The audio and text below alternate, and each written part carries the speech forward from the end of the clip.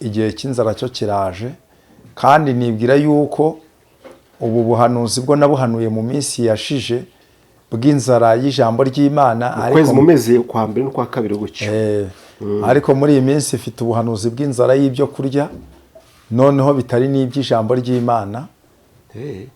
Nibwira yuko ubwo buhanuzi bwatambutse muri iyi minsi buvuga yuko inzara igiye guhitana abantu benshi cyane cyane kuri uyu mugabane ndetse wa Afurika. Aho nabonye rwose bari gushyingura abantu bishwe n'inzara ndi mwiyerekwa ambwirwa yuko hano imbere hari inzara kandi ko n'umuntu wishingikirije ku mushahara we n'ubundi hari aho bizagera bikamucanga. Umwana agambanire umubyeyi, umubyeyi agambanira umwana we.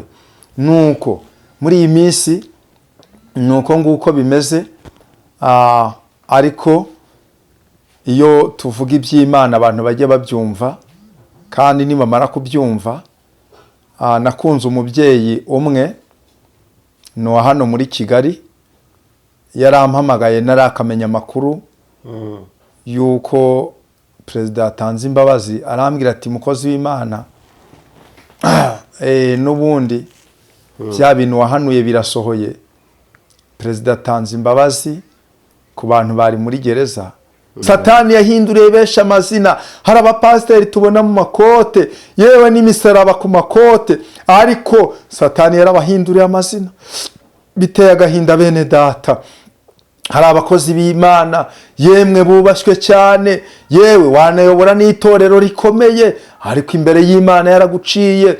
Imana iherutse kunsanga irambwira ngo mbese ngo ko abantu bareba bakavuga bati uriya muntu arakomeye, uriya ni nyakubahwa, ati ese itaratinye guca Sawuli mu maso yayo ari umwami.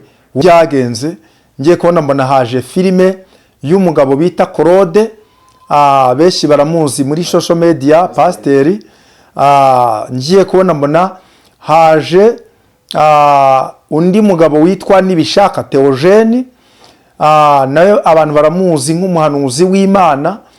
Ngiye kubona mbona haje n'abandi bagore babiri, umwe witwa Emerita abantu benshi bazi ku izina rya Mama Sharirene. Ngiye kubona mbona haje n'undi mudamu witwa Mutesi, nawe ni pastor. Numva nuko nguko ntabwo mbazi sindababonaho, andi Imana irambwira ngo mbitambutse. Imana irambwira ngo uko muri iyi minsi hari abantu bacumura ku bwanyu. Umuntu yareba ibyo mukora agacumura ku bwanyu, umuntu yakumva ibyo muvuga agacumura ku bwanyu. Imana irambwira ngo niramuka imanuye uburakari bwayo kuri mwebwe, uwabamenye wese azongera amenye yuko uburakari bw'Imana bubagezeho, n'utarubazi azabimenya. Ubwo rero izi nyubako muri kubaka birashoboka yuko rwose zazamuka zikagera no ku kwezi, zikagera no ku nyenyeri, ariko Uwiteka azazimanura mu kanya nk'ako guhumbya, kandi isi yose izamenya yuko inyubako zanyu zahirimye. Kandi ni ukuri Imana yiteguye kubababarira. Twari ku ijambo ryatubwiye ngo ubwibone bw'abantu buzacishwa bugufi, ngewe ngo n'agasuzuguro k'abantu kazashyirwa hasi. Uwo munsi Uwiteka ni uzogezwa wenyine. Ese urumva imbere y'Imana uzahajyana ubwibone? Nabwiye abantu navuga ngo burya hari igihe ujya kono ukabona umukobwa arimo rwose yishyizeho ibintu byinshi byo kwitaka muri iyi minsi birahanze, ugasanga iminwa yarayitukuje, ugasanga ingohe yarazihinduye, ugasanga nuko imisatsi hari abo njya mbona bagiye bayihindura nk'imvi, ugasanga abandi bayihinduye ukundi kuntu, ugasanga inzara bazigize nk'iz'ibyiyoni.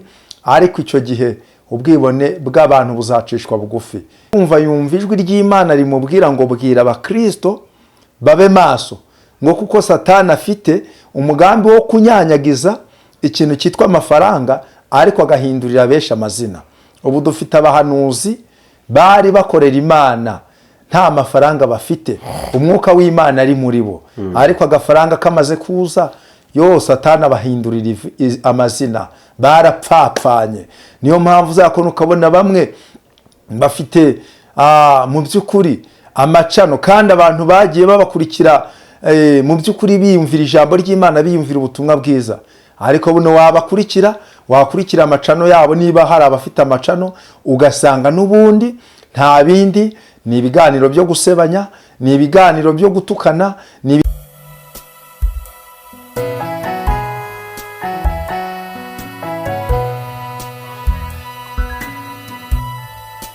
reka ngusuhuze kandi nkwifurize amahoro y'Imana n'imigisha yaturuka ku Uwiteka Imana. Nshuti muvandimwe dukurikira ibiganiro by'iyobokamana, ibiganiro bihembura abantu, bihembura ubugingo bw'abantu, aho uherereye hose mu mpande zitandukanye z'isi, amajyaruguru, amajyepfo, iburasirazuba n'uburengera bwaryo. Reka twizeye ko mwese mumeze neza kandi tuboneho n'umwanya wo kubasuhuza tubifuriza igitondo kiza kuri mu gitondo, gicamunsi kiza ku bari ku manywa, ariko kandi tubona no kubwira ngo abari ku mugoroba ngo umugoroba mwiza, ineza y'Imana yabeho kandi umugisha w'Imana ubasakaraho ndetse n'abanyu bose. Ibyo mwekeje amaboko byose Imana ibihire, Imana ibagire neza, Imana ibahaze uburame, Imana ibahe ubuzima buzira indwara mu izina rya Yesu Kristo. Ngize umugisha kandi tugwe n'umukozi w'Imana Prophète Vedaste kutoka Musanze, niko bavuga. Reka tumuhe ikaze ku Musaraba TV, dutajye tugana nawe, ariko kandi namwe mumukumbuye. N'umugabo w'Imana, umugabo Imana ni gukoresha ibimo n'ubutwari, gukoresha guha ubutumwa no misi cyane butoroshye. Iyo mubonye rero mba nzi ko hari ikindi kintu Imana imubwiye gutangariza isi yose. Vedaste, tumeze neza? meze neza. Uri amahoro? Amahoro. Yesu ashimwe, Yesu ashimwe, icyubahiro kibe icy'uwo mwana w'intama, duhimbaze izina rye. Amen. Ni amahoro? Amahoro. Umeze neza? Turashimira Uhoraho. Hari igihe ntangira rero ndi gushyira hejuru, umwebwe ukahita ujya down. Byose umuntu arabiregera akabishyiramo neza, nta kibazo. Ubu waregeye kuba utuje? Uyu munsi ndatuje. Haramuye mu bagenda witonze, utwaye amabanga y'Imana, niyo mpamvu. Hari igihe cyo gushabuka n'igihe cyo gutuza. Uyu munsi ndatuje. Turagusuje mu izina rya Yesu Kristo kandi tuguhaye ikaze nanone nubwo ari mu rugo ku Musaraba TV, ko hano wabizi ko ari mu rugo. Yego. Musanze mumeze neza? Zuba riri kuva n'akavura kakagwa. Imvura yaguye, byo yatangiye, twageze mu gihe cyayo cyane. Ntacyo kadutwaye, ariko nako kari gakenewe. Yego. Abahinga ibishyimbo, niba ari abahinga ibirayi rero, byose nuko nyine bigende sawa. Yego. Imana ishimwe rero ko igucira inzira ukongera kuboneka, kandi tubihereye Imana icyubahiro, mu mutima turayishimiye, kandi dushimye Imana yuko ari wowe wishimye ko igiye kunyuzamo ibyo kurya by'ubugingo byacu by'uyu munsi. Yego. Duherukana mu minsi ishize uri gutambutsa nanone ubutumwa Imana yari yaguhaye, ubwo buvuga yuko hari inzara igiye kuza, ariko kandi inzara itari ibyo kurya. Umuntu yakwibaza akavuga ati, ese inzara itari ibyo kurya? Yego, bisane n'ijambo ry'Imana ko tubona uyu munsi nubwo insengero zimwe na zimwe zifunze, ijambo ry'Imana rivuga ku maradiyo hose. Ni gute uvuga ko iyo nzara izaza kandi twumva ijambo ry'Imana ku manywa na nijoro? Ni ukuvuga ngo murakoze cyane, ariko yego, icya mbere buriya ntabwo abantu bose ariko bakurikira radiyo. Ubu dutambutse ubutumwa kuri YouTube, ariko buriya ntabwo ariko abantu bose babukurikira. Hari ababukurikira kuri YouTube, ariko hari abandi badafite n'ubwo bushobozi bwo kuba babukurikirana, babwumvaga mu nsengero. Yego. Abo ntibafite inzara, barashonje abo ngabo. Imana ibarengere. Ariko hari igihe mwajyaga mutubwira ngo hari igihe kigiye kuzagera wese agatungwa n'ayo yasenze. Ugata abantu nimusenga ikindi gihe. Ivomere rwose, uvoma amazi y'ikindi gihe. Ntibabitegujwe se? Barabitegujwe, ariko buri umwana w'umuntu ntabwo sinzi, umwana w'umuntu ntabwo apfa kumva.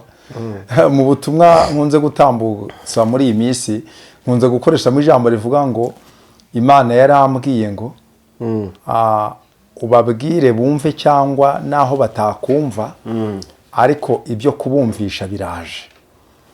niko wavuze nabyo wakavuze niko bimeze.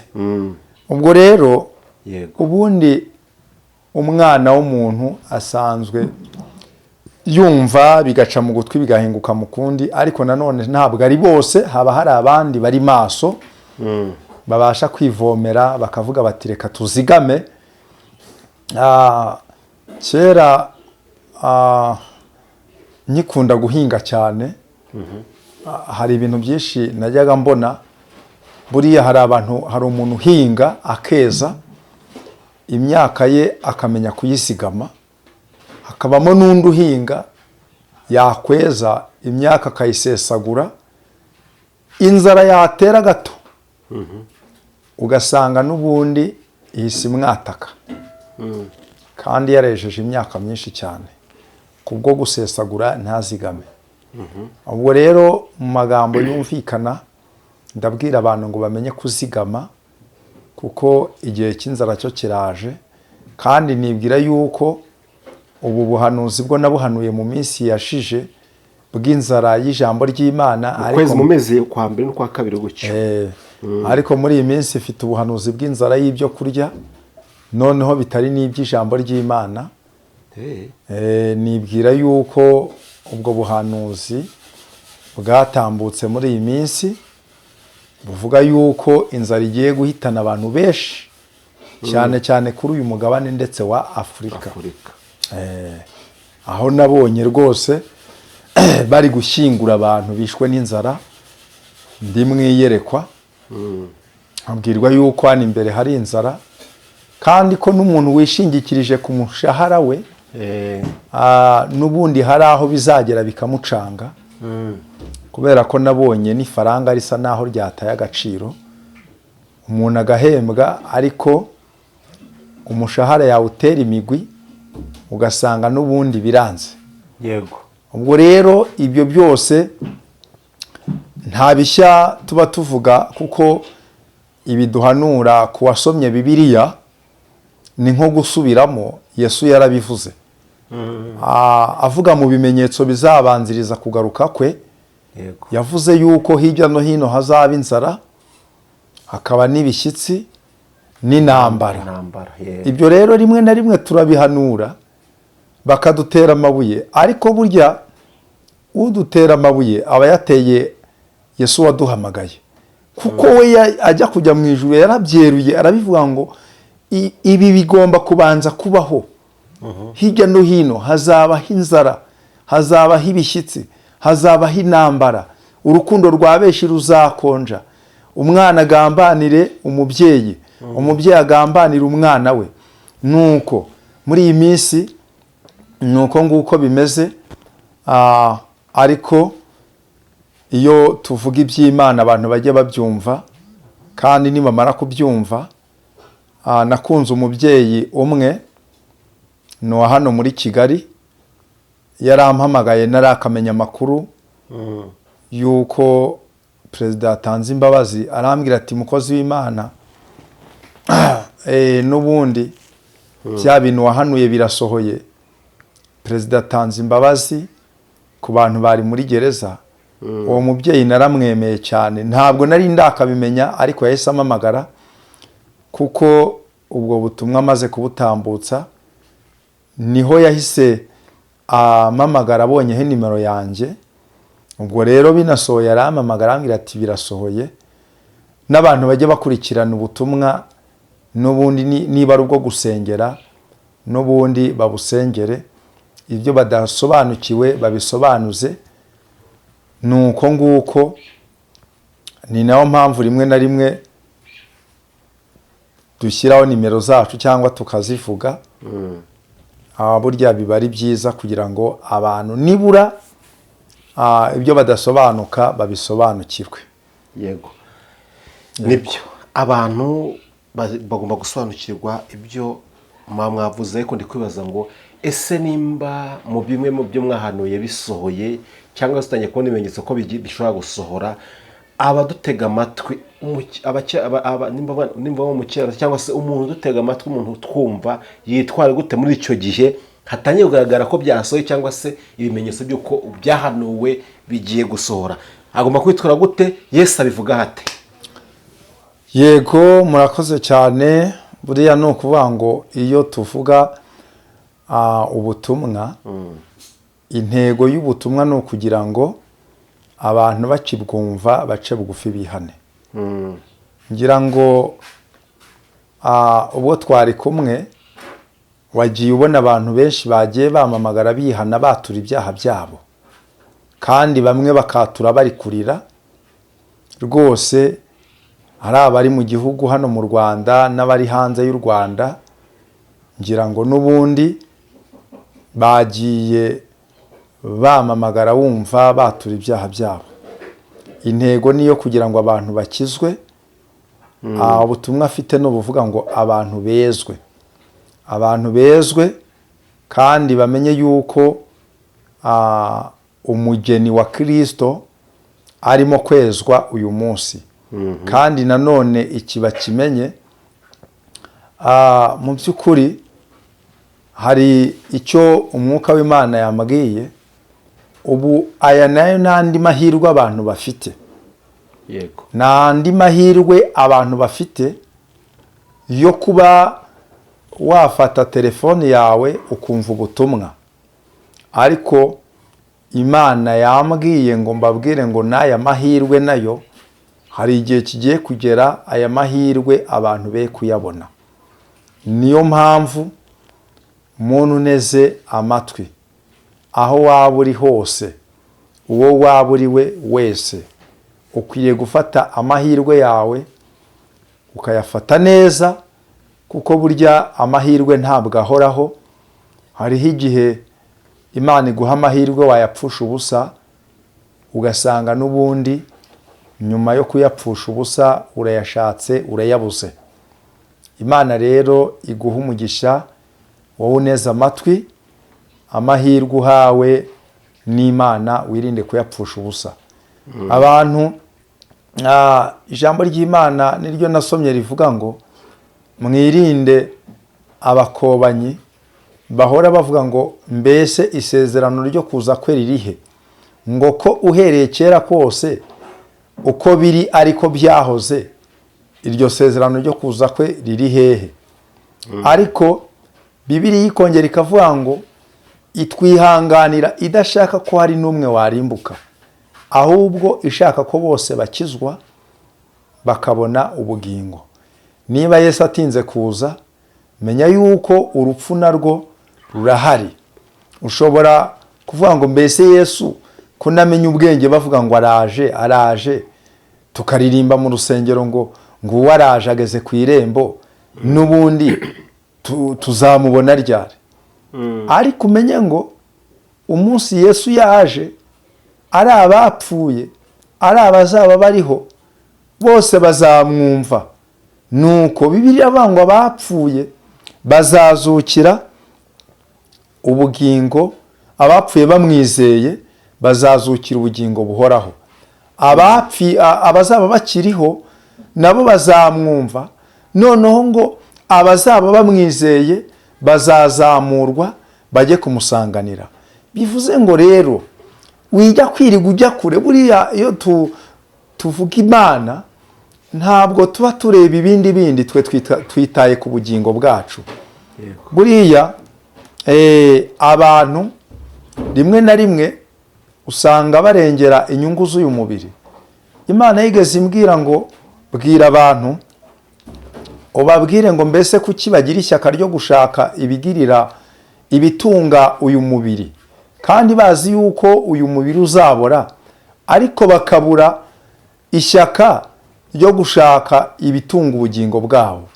Kuvuga ngo rero Pawulo yaravuze ngo nubwo umuntu w'inyuma asaza, ariko umuntu wacu w'imbere ahora ahinduka mushya uko bukeye. Aleluya. Imana yacu ni ishimwe. Iyo tubwira abantu ibi ngibi, ntabwo ariko abantu bose bagize amahirwe yo guhabwa uyu murimo dukora, cyangwa se yo guhabwa izi mpano twahawe. Ariko ni nk'uko umuntu ajya gukorera kapani, niba ugiye gukorera kampani ugahabwa ibikoresho na kampani. Natwe rero Imana yatwangaje muri iyi kampani iduha impano z'umwuka wera kugira ngo tuzikoreshe mu gihe cyacu, ariko tuzi yuko hari igihe kizagera n'ubundi twirirwe mu isi twere kuyiraramo, ariko hanyuma y'ibyo byose tuzi yuko tuzahemberwa ibyo twakoze. Imirimo yose dukorera mu isi tuzayihemberwa. Abantu bahindutse ku bw'ubutumwa tuvuga, ingororano zirahari. Abantu wagiriye neza, ari abakene wafashije, ari abababaye wagiriye neza, ari indushyi, ari abapfakazi n'imfubyi wafashije, ibyo byose ntabwo umuhati wawe ari uw'ubusa. Niyo mpamvu tubwira abantu ngo nibakomere, n'ubundi bakorera Imana. Ingororano zirahari, kandi Bibiliya ikatubwira ngo nimushaka Uwiteka bigishoboka ko abonwa, mwambaze akiri bugufi. Hariho igihe rero abantu bazashaka Uwiteka bere kumubona. Bibiliya iratubwira ngo abasore n'inkumi ngo baziruka cyane, ngo banyure mu mikombe ngo n'imisozi, ngo bashaka ijambo ry'Uwiteka bere kuribona. Bibiliya ikatubwira ngo hazabaho umunsi uteye ubwoba cyane. Nk'urugero, iyo dusomye iri jambo dusanga mu gitabo cy'umuhanuzi Yesaya, hari amagambo tuhasoma ngira ngo n'ubundi n'uyu mwanya tuze kuyasoma tuyavugeho gatoya. Yesaya igice cya 2, n'ubundi turahera ku murongo waho wa 11. Handitswe ngo agasuzuguro k'abantu kazacishwa bugufi, n'ubwibone bw'abantu buzashyirwa hasi. Uwo munsi Uwiteka niwe uzogezwa wenyine, kuko azaba umunsi Uwiteka Nyiringabo wo gutungura ibyibona n'ibigamika byose, n'ikintu cyose kishyira hejuru bikazacishwa bugufi. Ni ukuvuga ngo nk'uko ijambo ry'Imana ritubwiye ngo uwo munsi agasuzuguro k'abantu kazacishwa bugufi, n'ubwibone bw'abantu buzashyirwa hasi. Hari igihe abantu b'Imana badusuzugura bakatureba batari ku bundi. Abantu b'Imana, umuntu akareka bati njyewe mfite imodoka ihenze ngendamo, njyewe nanyuze muri izi nzira, n'ubundi nibonera amafaranga, ninyureye mu nzira y'abapfumu ba mu muti nkoreraho, amafaranga araza. Ariko ndagira ngo nkubwire ngo ibyo byose ni iby'akanya gatoya. Agasuzuguro k'abantu kazacishwa bugufi, n'ubwibone bw'abantu buzashyirwa hasi. Uwo munsi Uwiteka niwe uzogezwa wenyine. Kandi nk'uko iri jambo ritubwiye mu by'ukuri, ngo hano ku murongo wa 14 ngo wa 13 ngo uwo munsi uzaba no ku myerezi y'i Lebanoni yose yishyira hejuru, no ku myera y'Ibashani yose. Bishatse kuvuga ngo aho waba uri hose, waba uri Amerika, waba uri Afurika, waba uri Canada, Aziya n'ahandi hose, n'Uburayi, icyo gihe ubwibone bw'abantu buzacishwa bugufi. Uwiteka wenyine niwe uzogezwa. Iyo tubwira abantu ubutumwa tuba tubabwira ngo bahindukire, kuko aya ni amahirwe umuntu agira rimwe mu buzima. Kuko nugira igihombo cyo kubona uvuye muri uyu mubiri upfanye ibyaha, uzamenye ngo n'ubundi icyo upfanye ni ukubabazwa iteka ryose. Kuko icyo gihe hano muri iyi si tujya tubona abantu b'abanyacyubahiro, bamwe bakajya banibeshya. Wajya kumva umuntu aravuze ngo ubundi ngo umuntu ngo wabayeho neza ngo mu isi ngo no mu ijuru ngo niwe uzabaho neza. Ariko ibyo ngibyo bisoma hehe ko bakubeshye? Ubu ngubu dufite abantu baguwe neza hano muri iyi si badatinya icyaha. Ariko iyo dusomye Bibiliya tubwira yuko abanyabyaha bazarimbuka. Umuntu azaba yarimbutse abeho neza ate? Iyo dusomye ijambo ry'Imana tubwira Lazaro wabayeho nabi, ariko n'umutunzi wabayeho neza barapfuye. Lazaro araruhuka, ariko umutunzi arababazwa. Niko bimeze kudamarara kwawe n'ubwibone bwawe, uwo munsi bizacishwa bugufi. Imana rero ngenderera abantu bacyumva ubu butumwa. Kandi mureke mbabwire, buriya abantu benshi bashutse abantu, barababwira batumva rero nimuze mu nsengero, babashukisha abenshi insengero nyinshi zirabakurura, ariko kugira ngo bababwire ijambo ry'agakiza bababwira iby'amafaranga. Abantu benshi bazi yuko kwitanga amafaranga menshi ari byo bizabahesha iki? Ubugingo. None buno muri iyi minsi uri kujya kubona ukabona ngo isengero muri ADPR zagurishijwe, wajya kubona ukabona abantu bamwe. Hari ikiganiro nakurikiranye kuri Beura, numva abakristo bari kurira bati amafaranga yacu twitanze koko ibi bintu koko ati Imana ntabwo izaceceka. Ariko ikintu gikwiriye ni ukumenya Yesu neza, tukamenya neza yuko iri juru tuzajyamo n'udafite amafaranga azarijyamo kubera ko yubashye Imana, kuko ntabwo abantu bose ariko bafite amafaranga. Ariko muri iyi si iyo umuntu nta mafaranga afite, mu itorero nta jambo yagira, yewe nubwo yaba ameze ate nta gaciro bamwihera.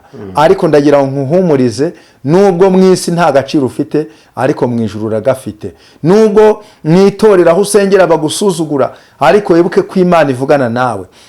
Haleluya. Meretse gukurikirana ubutumwa bwa Pastor Semajeri, aravuga ati umunsi umwe nagiye kuvuga ubutumwa, noneho ubwo twari turimo duhimbaza Imana, ati mu bukene nari ndimo, ati nitereye hejuru, ati ne nambaye ipantaro yacitse mu kibuno, ati ishati ne nambaye birazamutse, abantu babarebye, n'ubundi abantu babarebye ya pantaro yacitse mu kibuno bose baraseka.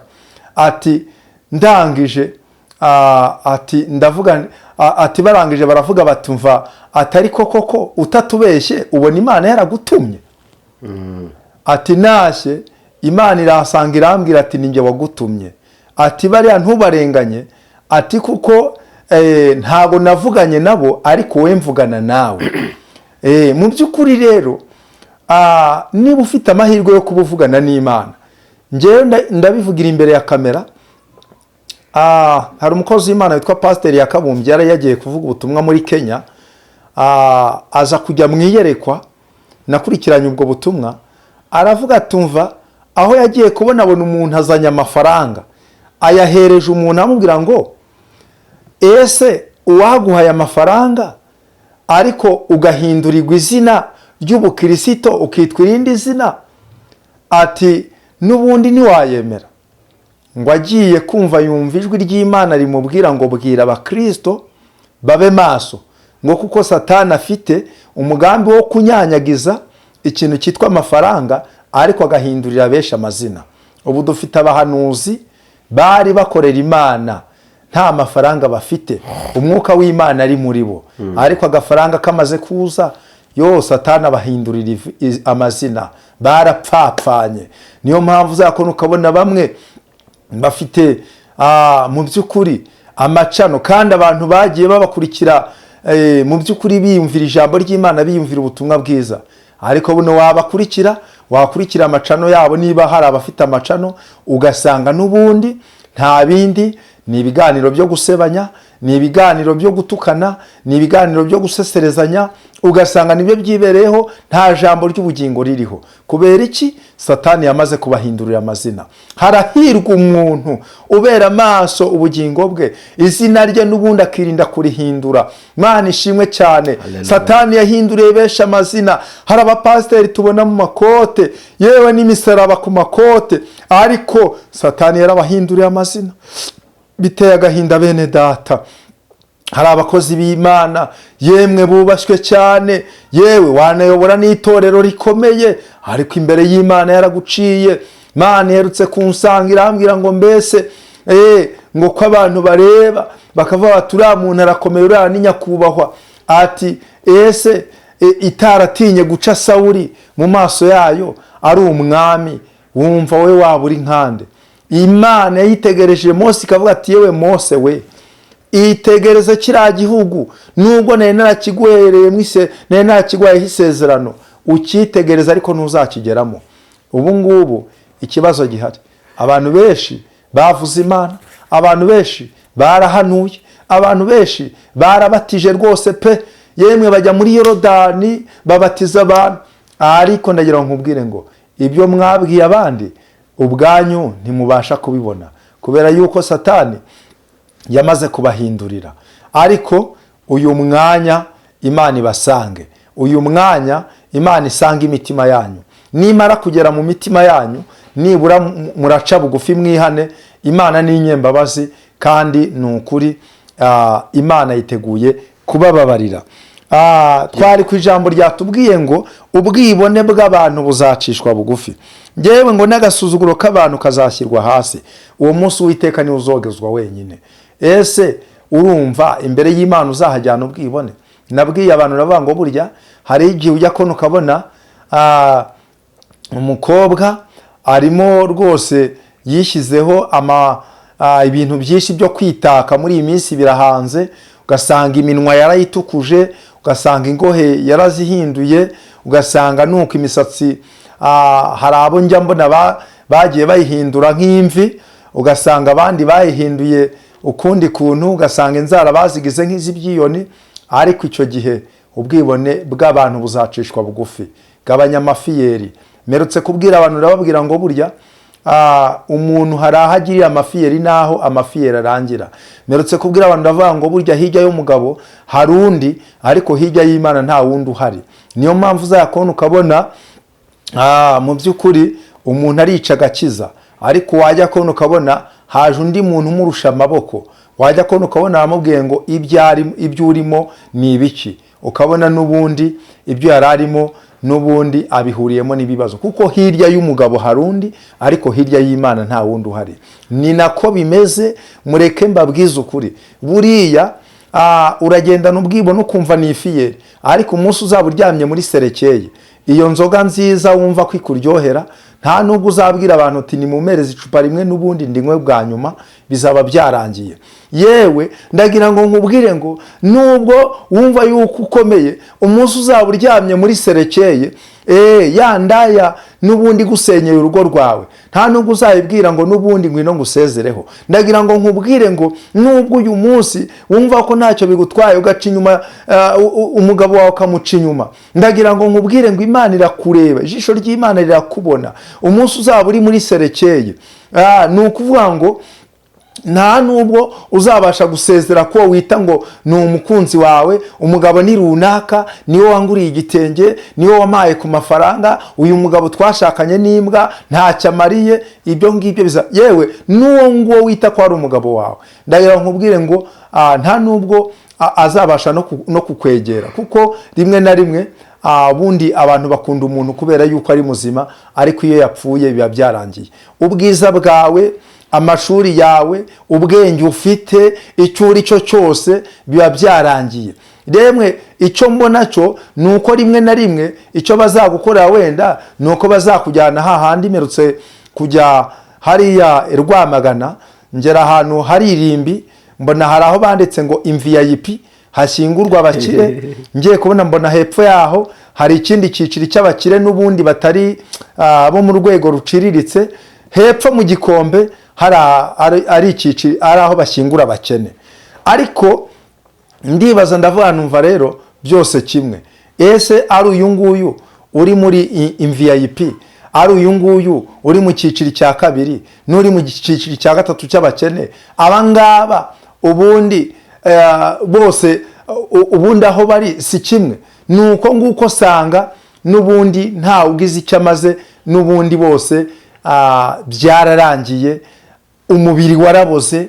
Nuko nguko igifite agaciro ni ukuri, nuko twita ku bugingo bwacu. Bazagushyingure mu VIP cyangwa bazagushyingure mu cyiciro cy'abakene, byose kimwe. Igifite agaciro nuko twita ku bugingo bwacu, tukazazukira ubugingo buhoraho. Bityo rero nuko nguko bimeze. Ndabona umunyamakuru hari icyo ashaka kumbaza, nta kibazo twamuha umwanya akatubaza hari icyo yatubaza. Yego, Yesu agumugisha kandi ku mpuguro ikomeje kugenda itanga n'ubutumwa ku bantu b'Imana. Nta kindi, nta yindi ntego, ni ukugira ngo abantu bihane, abantu bamenye ukuri kw'ijambo ry'Imana. Hari abantu bakuriye ikintu bavuze cyo gusenya insengero byasakuje cyane, ariko kandi reka tuvuge ko ari ibintu byahanuwe. Vedaste ndi buze kukivugaho ko wabibonye no kwabyumvishe, ariko kandi mbere yuko bigerageza twinjira no mu kiganiro bya nyabyo uza gutambutsaho n'ubutumwa, nimba waburaje ntago busy n'ubutumwa Imana yaguhaye, urasenga Imana itukomeza kugeza dushoje. Ni karibu. Yego. Mana turagushimye mu izina rya Yesu, urakomeye ukomeranye imbaraga zawe, ni wowe wera kandi urakiranuka. Mana waremye ijuru n'isi, ntabwo washatse abafundi n'abayede ngo bagufashe, ahubwo ijambo ryawe niryo ryaremye byose tubona n'ibitaboneka. Waravuze biraba, utegetse birakomera, na n'uyu mwanya niwe wategetse kugira ngo tuboneke. Nyemerera rero ubutumwa tugiye gutambutsa mwami buzagirire benshi umumaro kandi buzahindure benshi, kandi icyo ushaka ku bantu bawe nuko bakizwa, nuko bezwa.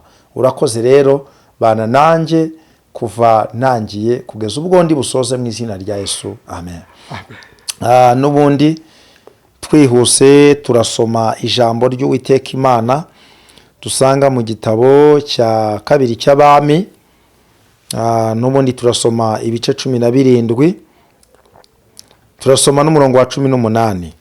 Haranditswe ngo, ibyo byatumye Uwiteka arakarira Abisiraheli cyane, abirukana imbere ye, ntihagira usigara keretse umuryango w'Abayuda wonyine. Ariko Abayuda nabo ntibitondera amategeko y'Uwiteka Imana yabo, ahubwo bagendera mu mategeko Abisiraheli bishyiriyeho. Nuko Uwiteka yanga urubyaro rw'Abisiraheli rwose, arababurabuza, abahana mu maboko y'abanyazi, kugeza ubwo yabaciye imbere ye. Imana idufashe. Turongeraho amagambo aboneka mu butumwa bwiza uko bwanditswe na Luka igice cya 16 n'umurongo umwe wa 15.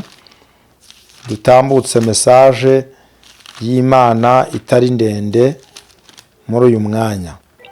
Haranditswe ngo, arababwira ati, mwebwe mukunda kwigira abakiranutsi imbere y'abantu, ariko Imana izi imitima yanyu, kuko icyogejwe imbere y'abantu ari ikizira mu maso y'Imana. Umwami adufasha cyane.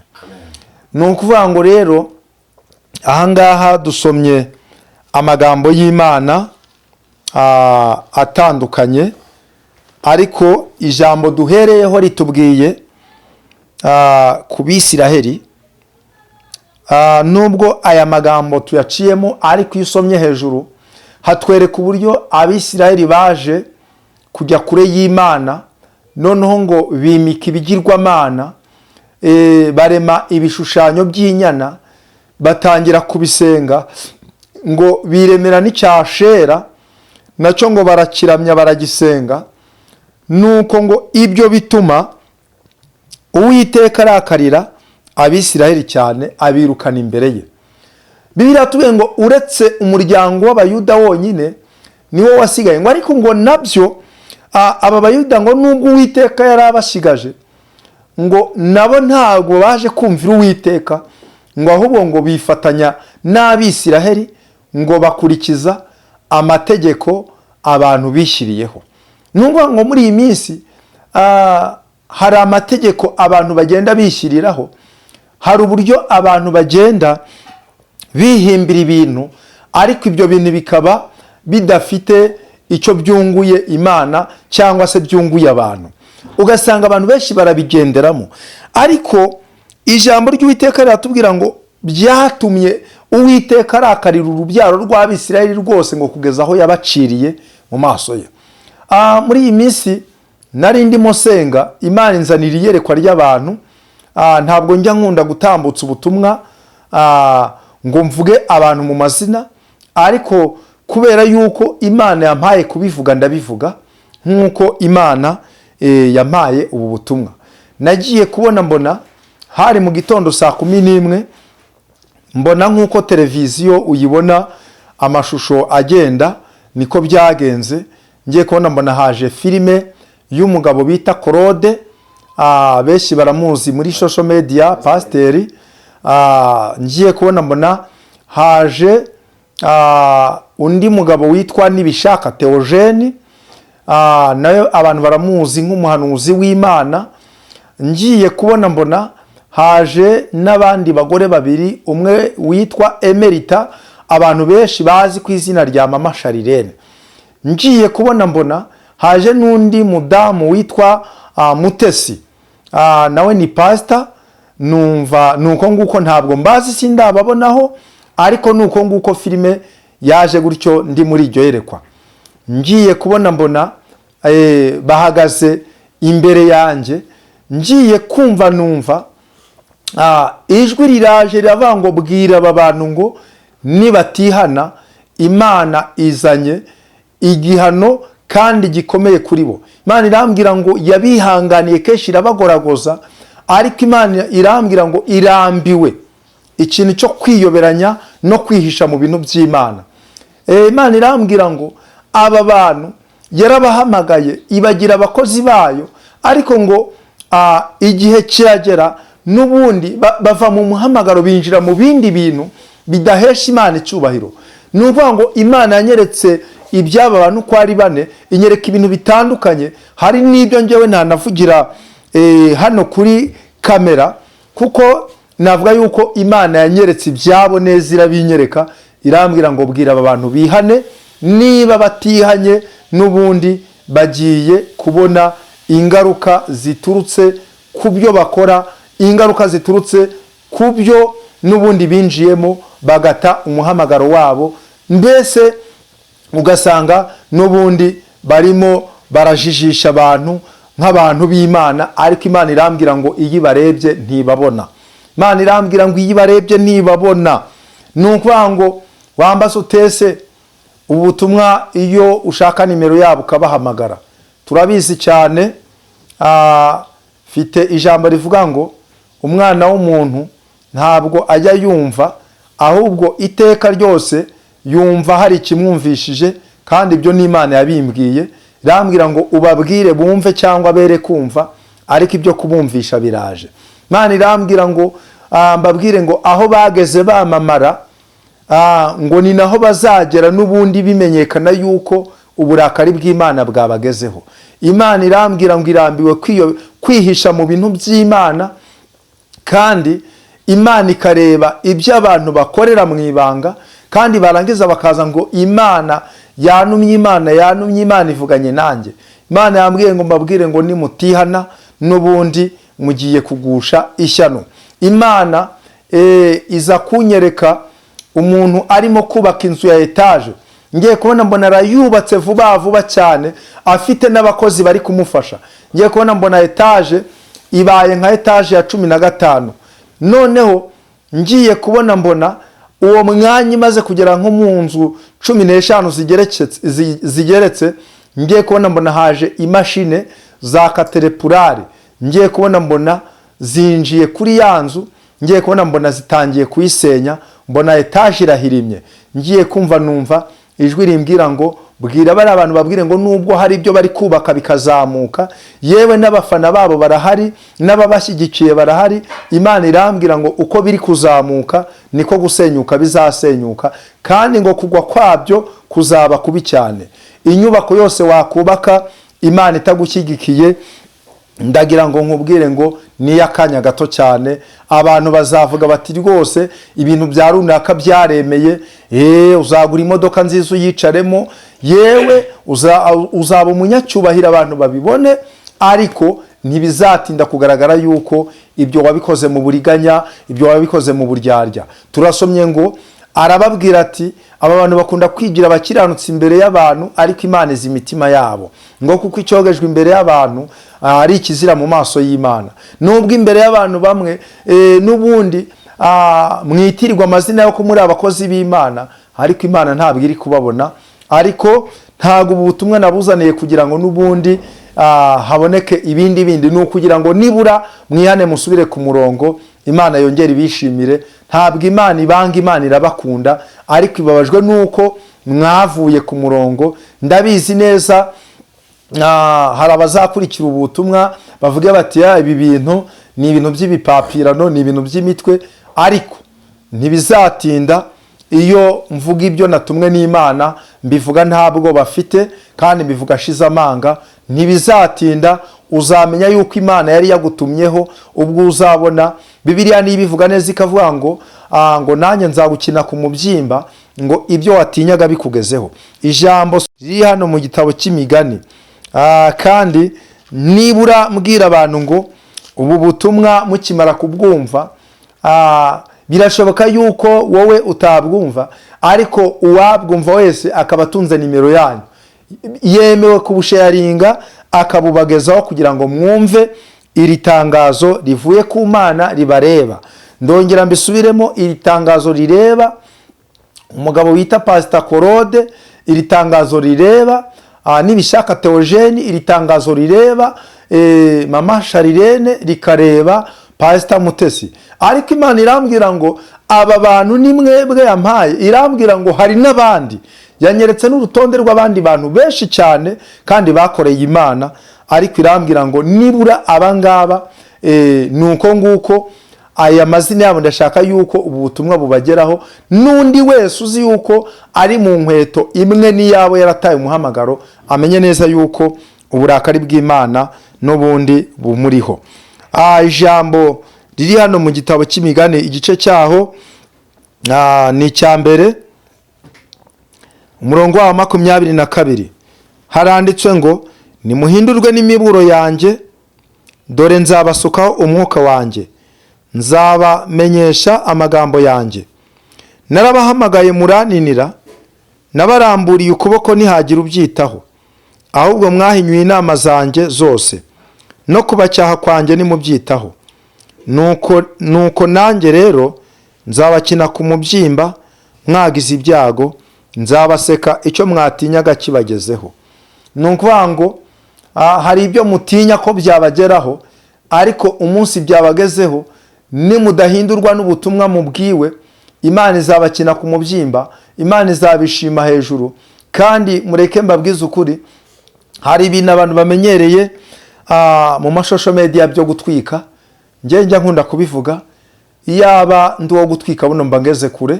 Hari byinshi cyane njewe nirengagiza, ntabwo umuhamagaro wanjye ari wo gutwika, ahubwo icyo nabwiwe nuko Imana yambwiye ngo nguhaye ijambo, n'ubundi ijambo n'ubundi ugeza ku bantu banjye.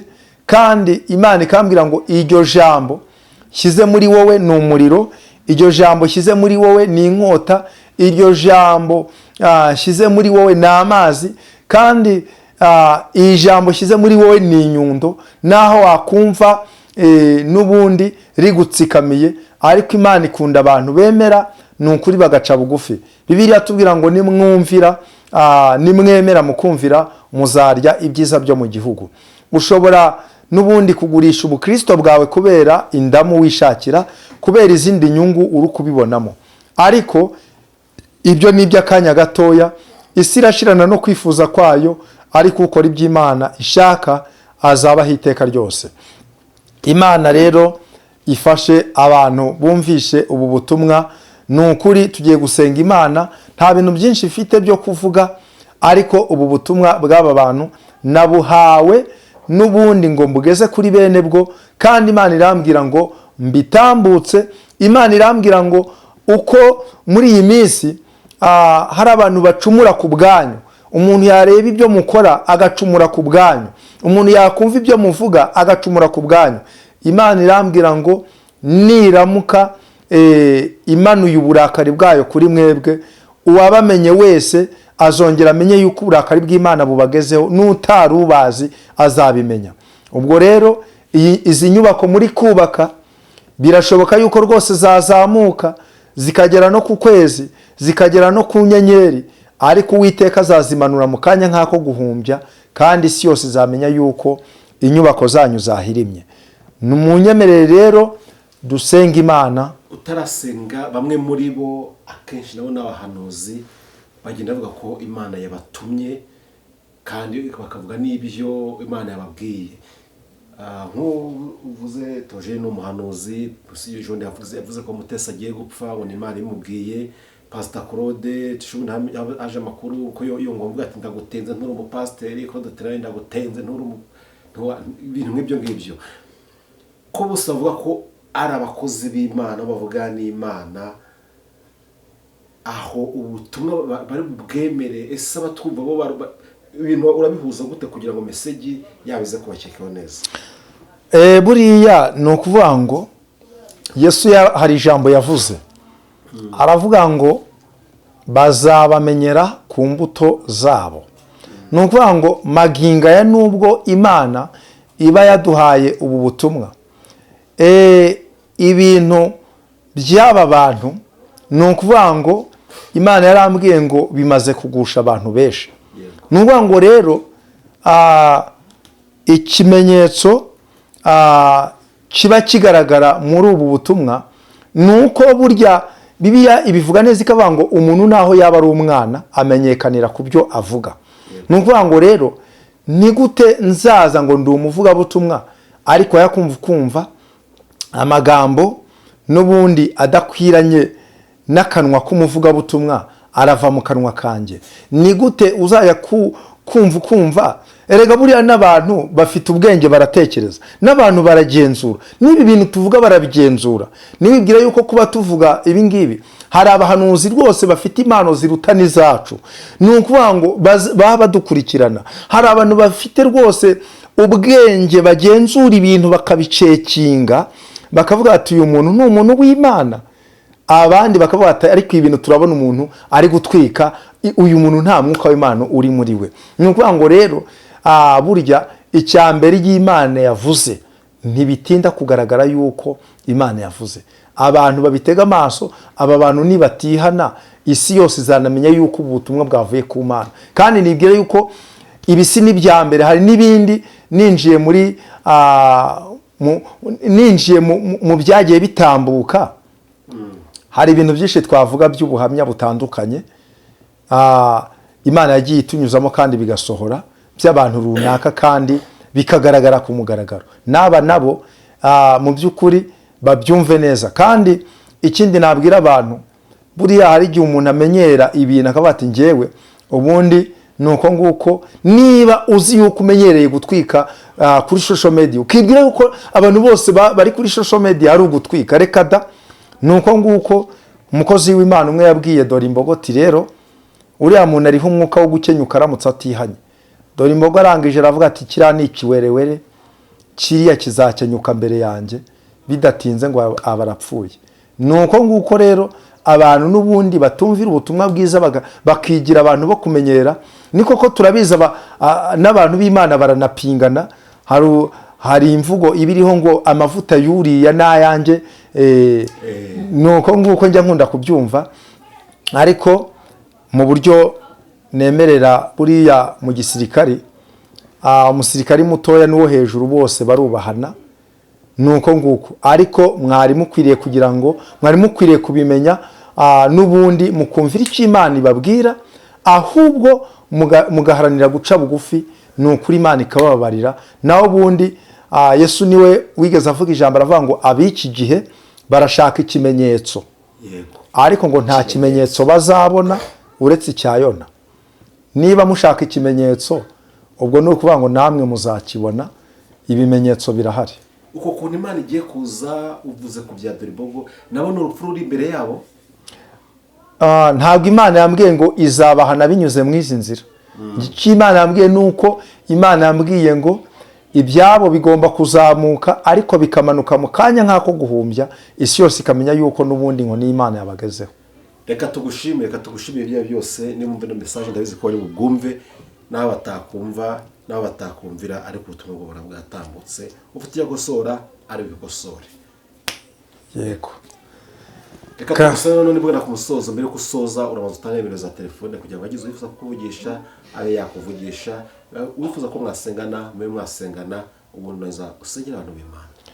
Nimero ya telefoni ni 078545 52 369 078545 369. Mana turagushimye mu izina rya Yesu, tugushimiye ko ubutumwa waduhaye tubutambukije umwuka wera bugeze kuri bene bwo, kandi n'undi wese mwami uzakurikira ubu butumwa agaca bugufi uzamubabarire, kuko tuzi yuko uri Imana y'inyembabazi, waciye Abisiraheli kubera ko batakumviye bakimika ibigirwamana, ariko ndasenze kugira ngo abantu bawe uzababarire kandi uzabagirire neza, kandi kubw'imbabazi zawe ni ukuri uzakomeze ubagaragariza urukundo rwawe, ubagaragariza ineza yawe, kubera yuko bemeye kwihana. Nanjye mbasengeye mu izina rya Yesu, amen.